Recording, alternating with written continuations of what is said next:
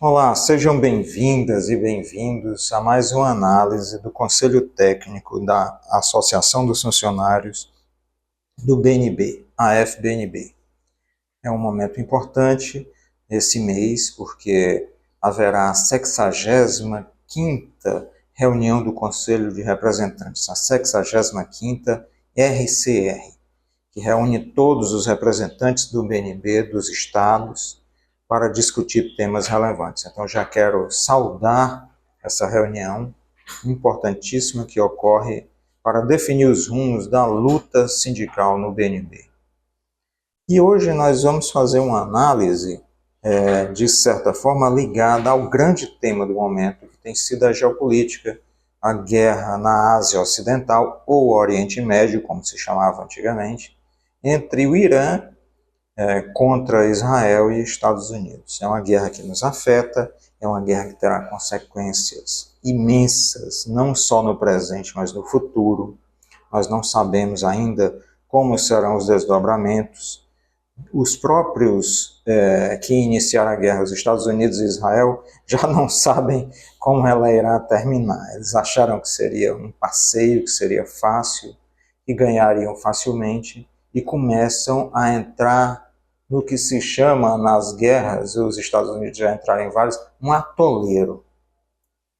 Israel e os Estados Unidos entraram num atoleiro, ou seja, eles estão encalhados nessa guerra que não conseguem mais sair. Mas eu não quero analisar especificamente as consequências geopolíticas, os motivos da guerra, os desdobramentos. Eu quero analisar os certos reflexos para a nossa realidade, para a realidade brasileira. E a guerra, ela trouxe alguns elementos importantíssimos para as mudanças do mundo. As consequências de um feito histórico desse não são tão nítidas e tão visíveis. A gente tem que, vamos dizer assim, destrinchando esses elementos. Um dos elementos que eu quero destrinchar com vocês é que em 1979, a primeira-ministra britânica Margaret Thatcher e em 1980, o presidente americano Ronald Reagan deram início àquela fase do neoliberalismo no mundo. A fase de privatização das empresas estatais, a fase de eliminação de direitos trabalhistas, de direitos sociais, a diminuição das garantias sociais do próprio Estado de bem-estar social dos países desenvolvidos. Esses países começaram a recuar socialmente, passaram a ter uma qualidade de vida menor. Para vocês terem uma ideia, na crise de 2008 foi feito um levantamento e as pessoas, o salário das pessoas em 2008 nos Estados Unidos era 25% menor do que 1980. Esse é um reflexo, ou seja, não é o salário como a gente chama o salário nominal, o nome do salário, não, é a quantidade de bens que você podia comprar. Vou dar um exemplo prático. Se em 1980 seu salário podia comprar 100 laranjas, é um exemplo que eu estou dando, em 2008 você só poderia comprar 75 laranjas. Você perdeu 25% dos bens de consumo que você podia ter. Isso, inclusive, foi um dos motivos da crise financeira de 2008, a perda da capacidade de compra, de consumo dos consumidores dos países mais desenvolvidos e do resto do mundo. Nós que estamos em países em desenvolvimento ou subdesenvolvidos, fomos profundamente afetados pelas políticas neoliberais. Não só neoliberais, mas anarcocapitalistas também. Essas políticas fizeram com que os governos, aqui na América Latina principalmente, vendessem empresas estatais, privatizassem uma série de serviços públicos, colocando esses países na mão de especuladores internacionais e das bolsas de valores. Um dos exemplos foi a privatização cada vez mais acelerada, não total, porque ainda não conseguiram, mas uma presença enorme de acionistas dentro da Petrobras. O governo federal ainda é acionista da Petrobras, mas a Petrobras passou a ser negociada nas bolsas de valores como uma ação. O interesse dos acionistas acabou determinando quais os planos estratégicos que a Petrobras queria ter.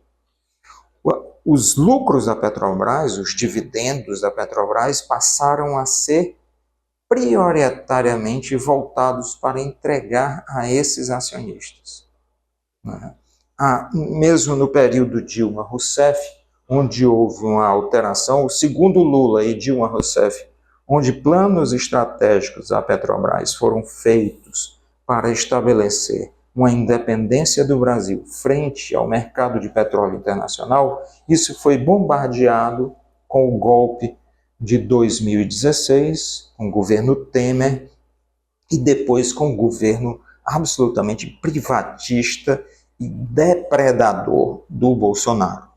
Para vocês terem a ideia, a primeira reunião que Michel Temer, como golpista que assumiu a presidência, a primeira reunião que ele fez foi com a Shell, uma companhia petrolífera. Não foi à toa.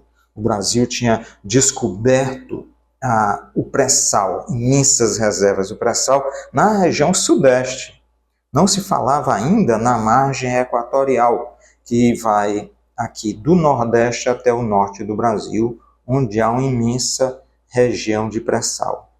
Bem, a Petrobras, então, nos governos Temer e Bolsonaro, foi voltada prioritariamente para atendimento aos acionistas. O preço dos combustíveis se elevou enormemente.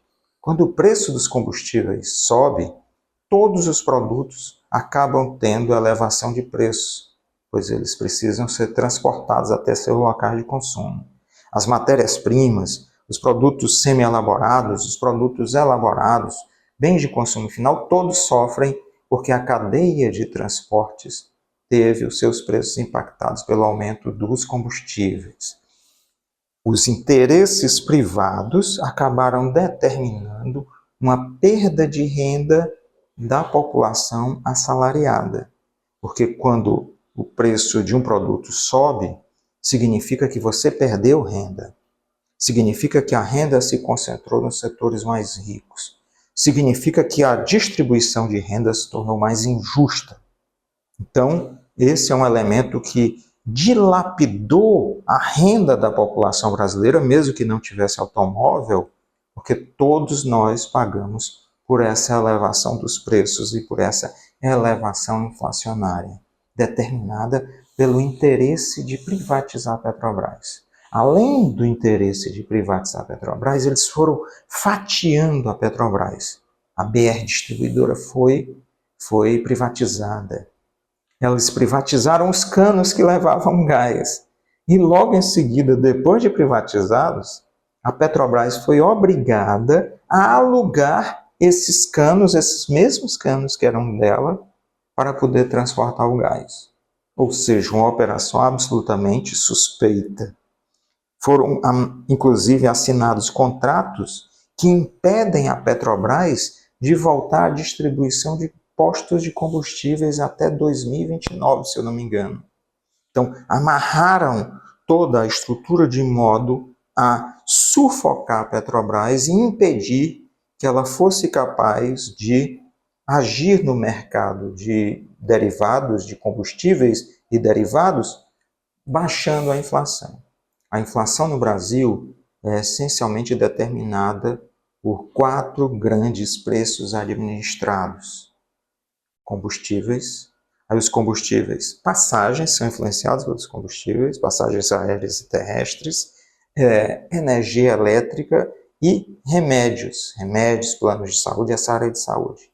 Então você tem essas 4 variáveis que determinam 50% da inflação.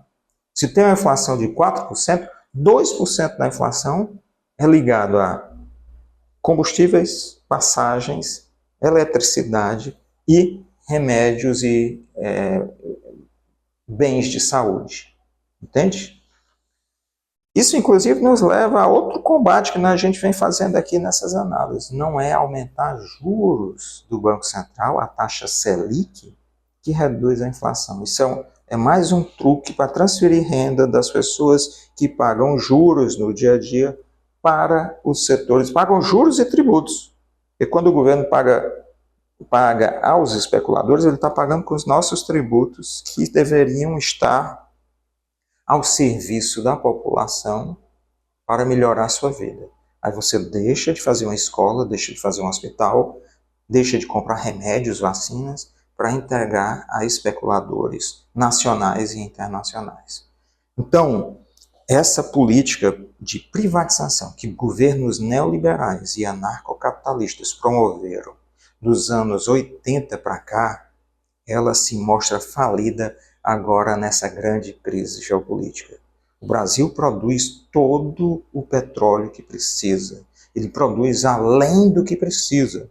O Brasil já exporta mais, é o maior produto de exportação, da pauta de exportações brasileiras já é o petróleo, tendo ultrapassado soja e minério de ferro. Então, o Brasil está além da capacidade de consumo, mas nós podemos ser impactados pelo mercado internacional ter elevados preços do petróleo. O petróleo é produzido aqui no Brasil, com energia brasileira, pagando salários em reais, sendo transportado por empresas em reais. E nós temos que acompanhar os preços internacionais em dólares do petróleo.